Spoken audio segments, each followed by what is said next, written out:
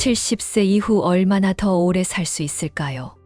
일부 사람들은 발가락을 보면 수명을 짐작할 수 있다고 말합니다. 발가락에 이상이 생기면 수명이 길지 않을 수도 있다는 이야기도 있습니다. 지금부터 관련 분석을 들어보도록 하겠습니다.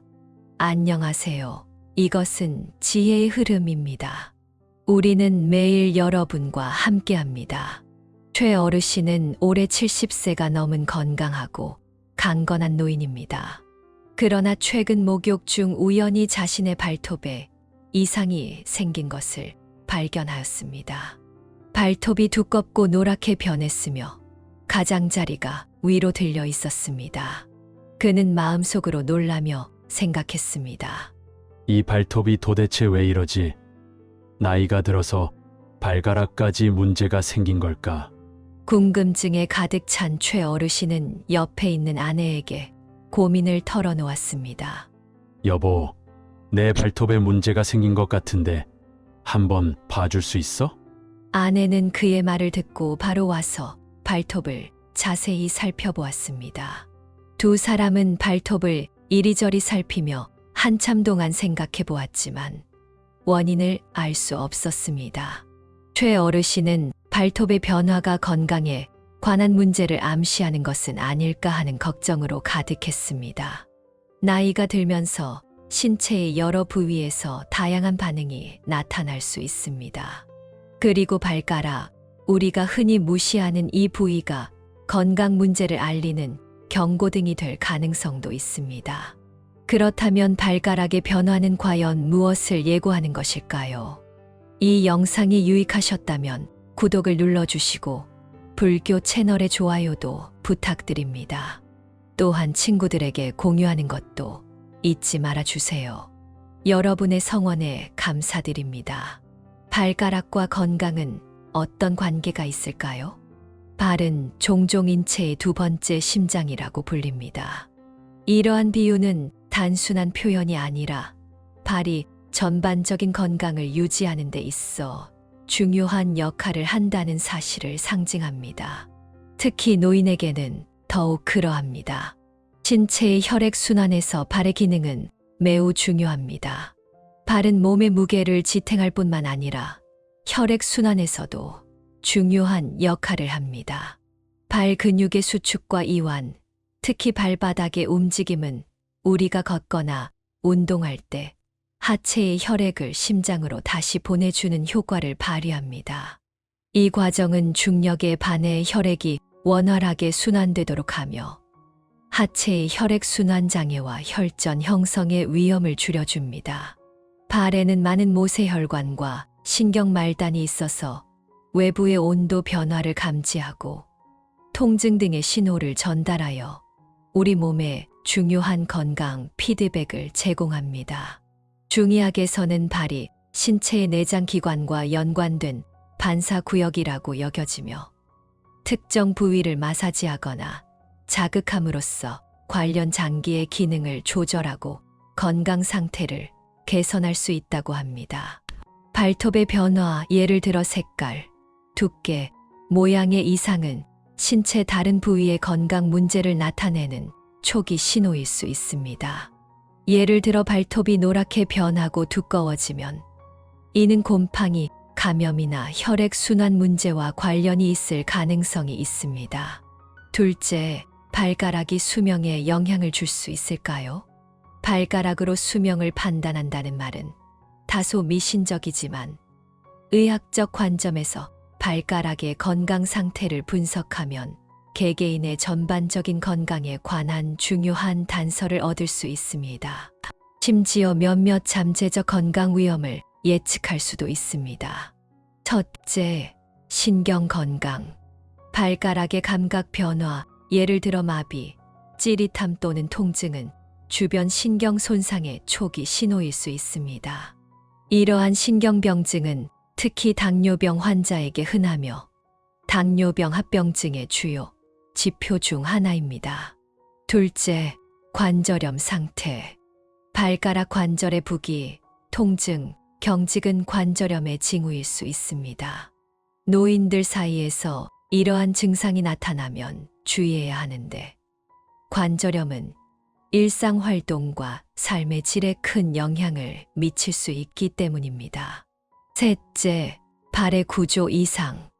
오랜 기간 맞지 않는 신발을 착용하여 발가락 변형이 생기면 예를 들어 무지외반증이나 망치발가락 등이 발생할 수 있습니다. 이러한 변형은 보행과 균형에 영향을 줄 뿐만 아니라 뼈와 근육 건강에 문제를 반영하기도 합니다. 이러한 변형은 지속적인 통증과 기능장애를 초래할 수 있으며 적절한 의료 조치와 일상 관리를 통해 관리해야 합니다. 넷째, 혈액순환. 발가락 색깔이 창백해지거나 보라색으로 변하거나 부분적으로 온도가 낮아지는 경우 혈액순환 불량을 의미할 수 있습니다. 건강한 혈액순환은 신체 건강에 매우 중요하므로 혈액순환 문제는 신속한 의료적 주의가 필요합니다. 다섯째, 피부 및 발톱. 발가락 피부의 변화, 예를 들어 건조, 각질 혹은 색깔 변화와 발톱의 두께, 색깔 또는 모양의 변이는 피부 질환이나 곰팡이, 감염의 징후일 수 있습니다. 여섯째, 발의 근육과 인대 건강. 발의 근육 약화나 인대 손상은 걸음걸이의 안정성과 편안함에 직접적인 영향을 미치며 발 기능을 제한할 수 있습니다. 따라서 70세 이후 위의 6가지 문제가 없다면 장수할 가능성이 높습니다. 셋째, 일상생활에서 발가락을 어떻게 보호할 수 있을까요? 첫째, 발가락의 청결과 건조 유지. 매일 발가락을 깨끗이 씻고 발가락 사이를 완전히 건조하게 유지하면 곰팡이, 감염을 예방할 수 있습니다. 둘째, 발톱을 정기적으로 다듬기. 발톱을 적당한 길이로 유지하고 너무 길거나 짧지 않도록 하면 내성 발톱과 감염 위험을 줄일 수 있습니다. 발톱을 자를 때는 발톱 모양에 맞추어 너무 깊게 자르지 않도록 주의해야 합니다. 셋째, 적절한 발가락 마사지. 정기적으로 발가락 마사지를 하면 혈액순환이 개선되고 발가락의 경직이 줄어듭니다. 기본적인 마사지 오일을 사용해 부드럽게 발가락을 자극하면 발가락 건강을 유지하는 데 도움이 됩니다. 넷째, 적절한 양말 선택. 통기성이 좋은 양말을 선택하는 것이 중요합니다. 굵은 재질로 인해 발생할 수 있는 마찰을 방지하고 천연 섬유로 만든 양말을 추천합니다. 다섯째, 알맞은 신발 선택. 발가락 건강에 영향을 미치는 신발의 착용 방법과 종류를 신중히 선택해야 합니다. 너무 좁거나 굽이 높은 신발은 무지외반증 위험을 증가시키므로 피하는 것이 좋습니다. 계절에 맞는 신발을 착용하여 발가락을 편하게 유지하고 발가락에 압박을 가하지 않도록 해야 합니다. 넷째, 발가락을 관찰하여 건강 상태를 어떻게 판단할 수 있을까요?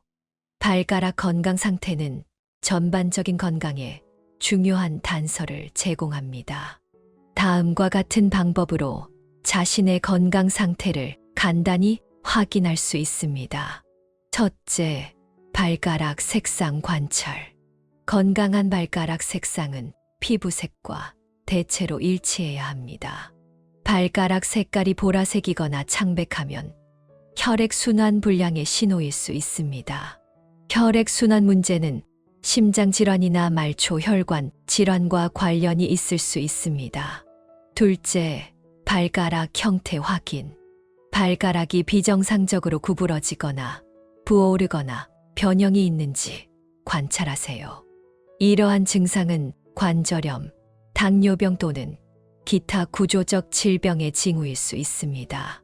셋째, 발가락 온도 감지. 손으로 발가락을 만져 온도를 느껴보세요. 발가락이 계속해서 차갑다면 혈액 공급이 부족하다는 의미일 수 있습니다. 이는 혈관 막힘이나 혈액 순환 효율 저하의 신호입니다. 발가락이 비정상적으로 뜨겁거나 특히 붉게 부어오른다면 감염의 가능성이 있습니다. 발가락 건강은 중장년층에게 매우 중요합니다. 지금부터 발가락 건강에 더 많은 관심을 기울여 보세요.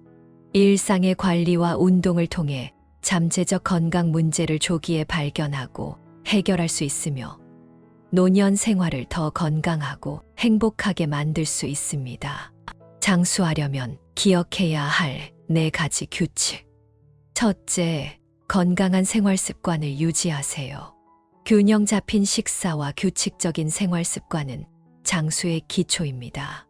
다양한 음식을 골고루 섭취하고 식사는 적당량을 지키며 짠맛과 기름진 맛을 피하고 찌거나 삶는 조리법을 활용하세요. 충분한 수면을 확보하고 늦은 시간까지 깨어있지 않도록 주의해야 합니다. 둘째, 몸이 아플 때 참지 말아야 합니다. 병에 걸리는 것은 정상적인 현상이며 일부 노인들은 의료비가 걱정되거나 옛 기억 때문에 병을 참으려 할 수 있습니다. 하지만 이러한 행동은 작은 병을 큰 병으로 키워 결국 치료가 불가능하게 만들 수 있습니다. 지속적인 통증이나 불편함이 느껴질 때는 병원에 가서 진료를 받고 정기적으로 건강검진을 통해 문제를 조기에 발견하여 적절한 치료를 받는 것이 중요합니다. 셋째, 긍정적인 마음가짐을 유지하는 것이 중요합니다. 연구에 따르면 마음가짐이 좋은 노인이 더 건강하고 장수할 가능성이 높습니다.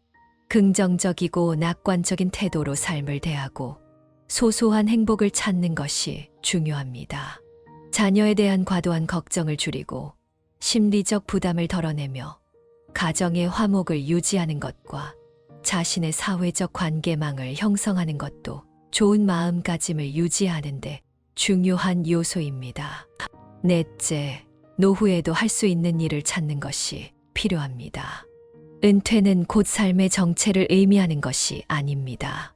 신체와 정신을 활발하게 유지하는 것은 건강에 매우 중요합니다. 계속 배우고 스스로 할 수 있는 일을 하며 사회 활동에 참여하는 것은 노인들이 자신의 사회적 가치를 느끼고 고독이나 우울증 같은 정신 건강 문제를 예방하는 데 도움이 됩니다. 지식 확장 무지외반증. 많은 사람들이, 특히 여성들이 자신의 엄지발가락이 휘어진 것을 걱정하는 경우가 있습니다. 만약 당신의 엄지발가락이 휘어진 경우라면 무지외반증일 가능성이 있습니다. 엄지발가락이 바깥으로 휘어지는 현상은 미관뿐 아니라 통증을 동반할 수 있으며 심한 경우 걷는 데에도 지장을 줄 수 있습니다. 이제부터 무지외반증의 원인이 무엇인지, 그리고 어떻게 자신의 증상을 판단할 수 있는지 알아보고 이를 개선하고 해결할 방법을 찾아보겠습니다. 무지외반증이란 무엇이며 그 특징은 무엇인가요? 무지외반증, 흔히 엄지뼈라고 불리는 증상은 엄지발가락의 관절이 외측으로 휘어져 두 번째 발가락을 압박하는 발 변형을 말합니다. 무지외반증은 하루아침에 생기는 것이 아니며 초기부터 잘 관리하지 않으면 발 모양에 큰 영향을 줄 수 있습니다. 증상이 악화될수록 발의 통증이 심해지며 오랜 시간 방치하면 발 전체와 다리의 형태에도 영향을 미치게 됩니다. 무지외반증의 증상은 무엇인가요? 무지외반증의 초기에는 엄지발가락 관절이 약간 바깥으로 튀어나오고 표면이 붉고 약간 염증이 생기며 누를 때 통증이 있습니다. 특히 신발을 신었을 때 엄지발가락이 압박되어 통증이 더 심해지며 휴식을 취하면 증상이 약간 완화됩니다. 무지외반증이 중기로 진행되면 증상이 더 뚜렷해지고 발가락이 아래로 내려가거나 꼬이는 현상이 나타날 수 있습니다. 이로 인해 발가락의 근육이 경련을 일으키고 발가락 관절이 변형됩니다. 장기간 방치할 경우 두 번째와 세 번째 발가락이 내려앉고 발바닥에 굳은 살이 생겨 보행에 어려움을 줄 수 있습니다. 말기로 접어들면 엄지발가락이 바깥쪽으로 많이 튀어나와 반구형의 뼈가 도드라지며 관절염이 생기고 발 아치가 내려앉아 발의 균형이 무너질 수 있습니다. 가벼운 경우 발가락에 통증과 부기가 생기고 심한 경우 허리와 다리까지 통증이 퍼져 서거나 걷는데 영향을 줄 수 있습니다. 엄지발가락의 외반 각도가 15도 이상이고 30도 미만이면 경도의 무지외반증으로, 각도가 30도 이상 40도 미만이면 중도, 40도를 넘으면 중증으로 분류합니다. 무지외반증의 원인은 무엇인가요? 무지외반증의 명확한 원인은 밝혀지지 않았지만 대부분의 임상 사례에서 다음과 같은 요인이 무지외반증을 유발할 수 있습니다. 첫째, 유전적 요인은 무지외반증에 중요한 영향을 미칩니다. 연구에 따르면 무지외반증 환자들 중 많은 수가 가족력에 따라 발생하며 특히 청소년기에 발병하는 경우 가족력의 영향이 큽니다. 둘째, 생활 습관과 발의 구조적 이상도 무지외반증과 관련이 있습니다. 오랫동안 좁은 하이힐을 신는 습관은 무지외반증의 주요 원인 중 하나입니다. 특히 뼈가 성장하는 청소년기에 좁은 신발을 자주 신으면 엄지발가락이 압박을 받아 무지외반증을 유발할 가능성이 높아집니다.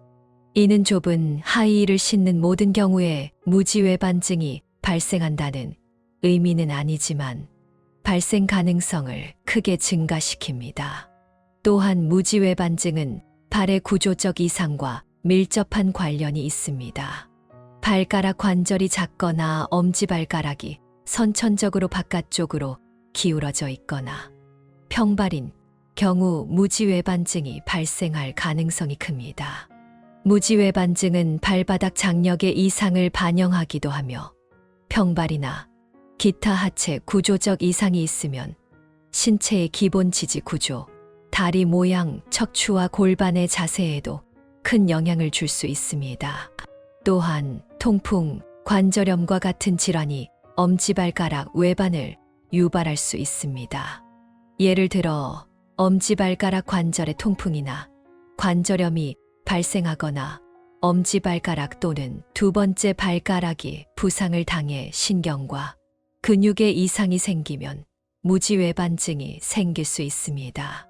결론적으로 무지외반증을 유발하는 원인은 다양하며 무지외반증은 발에 영향을 미칠 뿐만 아니라 심할 경우 전신 관절 기능에까지 영향을 줄 수 있습니다. 이 문제를 제때 치료하고 기능적 운동을 실시하지 않으면 일상생활과 활동 중 위험이 크게 증가할 수 있습니다. 무지외반증의 치료가 이렇게 중요한 만큼 어떻게 예방하고 대응할 수 있을까요? 예방 방법으로는 4가지 방법이 있습니다. 첫째, 관련 도구를 이용하여 발가락을 펼치는 것입니다. 일상에서 접하기 쉬운 오발가락 양말이나 발가락 분리 패드를 사용하여 발가락을 가능한 한 펼치면 근막을 이완시키고 무지외반증을 효과적으로 완화할 수 있습니다. 무지외반증이 심한 경우 전족기기를 착용할 수도 있습니다. 이 기기는 낮이든 밤이든 착용 가능하며 내측의 실리콘이 발가락 관절을 보호하여 마찰을 줄여줍니다. 둘째, 신발 선택에 주의하는 것입니다. 무지외반증 환자는 가급적 좁은 하이힐을 피하고 부드러운 소재와 단단한 밑창, 앞발이 넉넉한 신발을 선택하는 것이 좋습니다. 운동화나 러닝화 등 캐주얼 신발이 적합합니다. 증상이 심한 경우 발가락이 개별적으로 나뉜 신발을 선택하는 것도 좋습니다. 셋째, 수술 치료입니다. 무지외반증이 심해져 두 번째 발가락이 엄지발가락 위로 올라가고 심한 통증이 발생하면 수술을 통해 엄지발가락을 원래 위치로 복원할 수 있습니다. 하지만 수술 후 적절한 재활 훈련이 이루어지지 않으면 재발할 가능성이 있기 때문에 수술 여부와 관계없이 발 운동을 병행하여 예방과 회복을 도와야 합니다. 넷째, 발 운동 훈련입니다. 경도 및 중등도의 무지외반증은 교정 훈련을 통해 발가락 상태를 개선할 수 있습니다. 구체적인 훈련 방법은 다음과 같습니다. 발바닥 작은 공 롤링은 발바닥 근막을 강화하고 발의 근육을 이완시킵니다. 단단한 작은 공을 준비하여 발바닥 아래에 두고 발로 공을 굴려 발바닥 중심에 압력을 주며 근육을 자극합니다. 좌우 교대로 1분씩 반복하며 통증을 느끼면서 발 근육을 이완시킵니다. 발가락 지탱 운동은 발바닥 근육을 스트레칭하고 발가락의 유연성을 향상시킵니다. 발을 매트에 대고 서서 발가락을 지면에 붙이고 최대한 높이 들어 올린 후 1초간 유지한 후 천천히 내립니다. 매일 2-3세트를 반복하고 세트당 10에서 15회 정도 실시하여 발가락의 유연성을 강화합니다. 체중을 이용한 발가락 운동으로는 발을 모으고 뒤꿈치를 지면에 대고 서서 발가락으로 지지하며 발 뒤꿈치를 들어 올립니다. 발가락에 힘을 주며 1초간 유지한 후 다시 천천히 내립니다. 매일 2-3세트를 반복하고 세트당 15에서 20회 정도 실시하여 발가락 근육을 강화합니다. 발가락 벌리기 운동은 발가락의 장력을 늘리기 위해 발가락을 차례로 떨어뜨리며 지면을 붙잡는 운동을 합니다. 발가락이 지면에 닿는 동안 발가락을 천천히 펼쳐 발가락 전체를 지면에 붙인 후 발바닥을 굽혀 앞발을 뒤꿈치 쪽으로 당깁니다. 이 운동은 발 아치를 강화하는 데 도움이 됩니다. 이러한 발 운동은 발가락의 유연성과 발바닥 근육을 잘 훈련시켜 발 구조를 건강하게 유지하고 무지외반증 발생을 줄이는 데 효과적입니다. 결론적으로 엄지발가락이 휘어지면 미관상 보기 좋지 않을 뿐 아니라 심할 경우 통증을 유발하고 하체 운동에 영향을 미칠 수 있습니다.